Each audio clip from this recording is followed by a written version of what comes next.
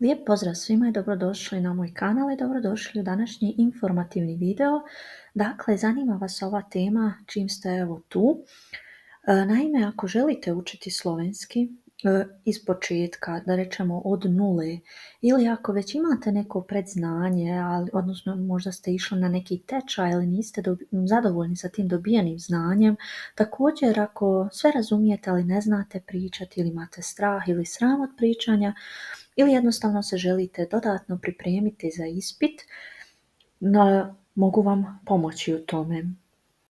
Naime, ako ste se pronašli u onom što sam prethodnih koju minutu rekla, ako želite učiti slovenski, ako imate strah ili sram od pričanja, ali ako se trebate pripremiti za ispit i tako dalje, na pravom ste mjestu.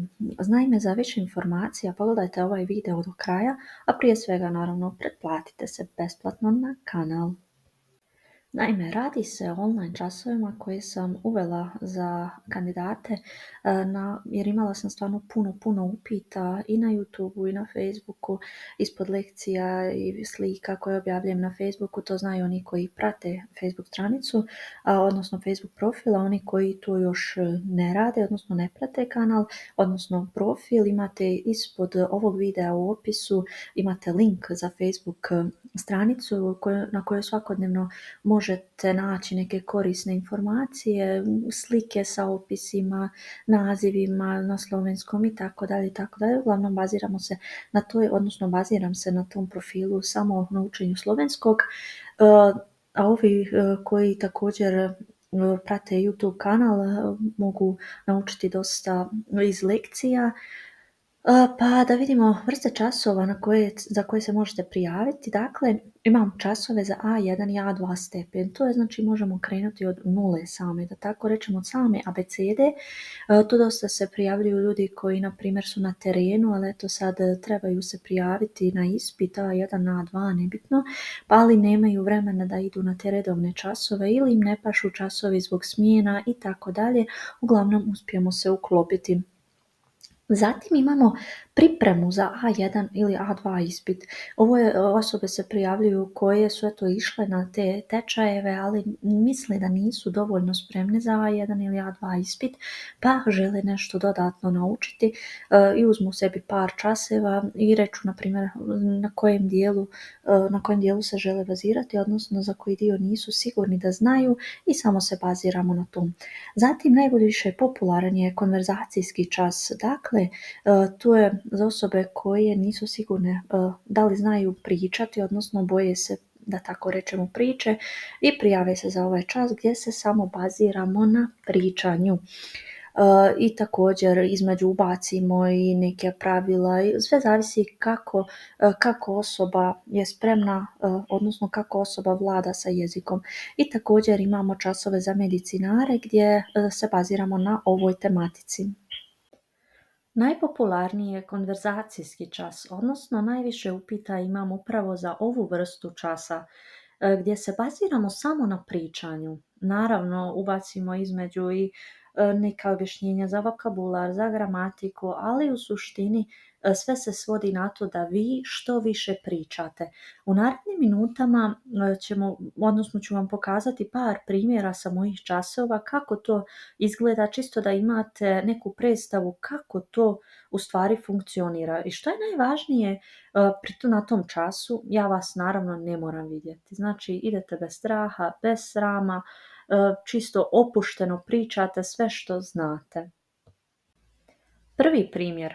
Dakle, imamo jednu sliku i opet samo na početku da naglasim da svaka slika, svaki slajd, svaka vrsta, sve se razlikuje od osobe do osobe, odnosno kakve vi potrebe imate za slovenskim. Ako vi želite ići u školu u Sloveniju, imamo jedne slajdove, znači pripremim gradivo za svakog kandidata posebno i za šta mu treba. Ako neko želi samo da se bazira na priče, znači kako da se upozna s nekim, kako da se snađe, ne znam, u trgovini ili negdje, baziramo se na tome. I tako, na primjer, ovo je jedna slika tako opšteg snalaženja, na primjer u pekari. I sad mi pričamo o tom. šta vi vidite na slici, koliko ljudi, gdje ti ljudi rade, koliko je tu muški, koliko je ženski, znači svaki detalj koji vidite vi rečete, pa ja postavim neka podpitanja i tako dalje. Dodiplomskih in podiplomskih programov Univerze v Ljubljani je članarina vključena v ceno upisnine za tekoče študijsko leto. Ostali uporabniki. Ovdje sad, na primjer, imamo dva videa i sad vi trebate reći kaj vidite v teh dveh videih. Najprije, na primjer, krenemo sa ovim u lijevom uglu i zatim pričamo o videu u desnom uglu donjem. Znači, vidimo i razliku neku. Sad vi navedete, na primjer, u gornjem videu vidimo imaju djeca u učionici, u donjem nemaju. Na primjer, u gornjem videu tabla je zelena, u donjem nije, nego je bijela. U donjem videu vidimo dva prozora, u gornjem ne vidimo i tako dalje. Pa na primjer možemo također pričati šta ko nosi, kako je ova učiteljica obučena i tako dalje. Zatim četvrti primjer kaže gdje je bolje živjeti, kakšno je vaše mnenje. Ovo je stvarno jedna tema o kojoj se može dosta pričati jer svako ima svoje mišljenje i gledi, odnosno svačije gledišta je drugačija situacija, tako da kandidat može reći meni je bolje u Sloveniji jer to je bolje, veća plata, bolje uslovi i tako dalje. Ja ću reći super, to je vaše mišljenje, ja se slažem da svako ima svoje mišljenje, ali, na primjer, meni je bolje u Bosni jer, svako, znači neko će navesti svoje. I čisto debatiramo. Cilj na ovom konverzacijskom času je što više pričati na slovenskom i samim tim poboljšavamo vokabular.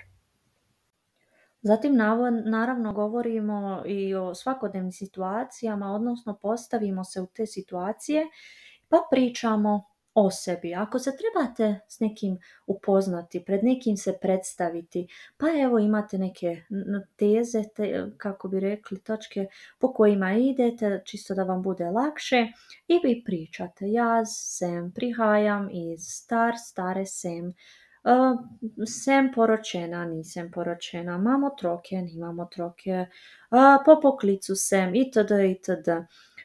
Tako da, i onda kroz naredne, ako se odlučite da imate više konverzacijskih časeva, ako ovo uradimo na prvom, na primjer na 5. času, ja vam opet ovo ponovim, idemo, predstavite se i da vidimo jeste nešto bolje usvojili, odnosno da li sad znate se bolje predstaviti i vjerujte, u većini slučajeva koje sam do sad imala kandidate, na tom kasnijem času puno bolje su znali i sigurnije se predstaviti nego na prvom, što je za mene stvarno veliki uspjeh.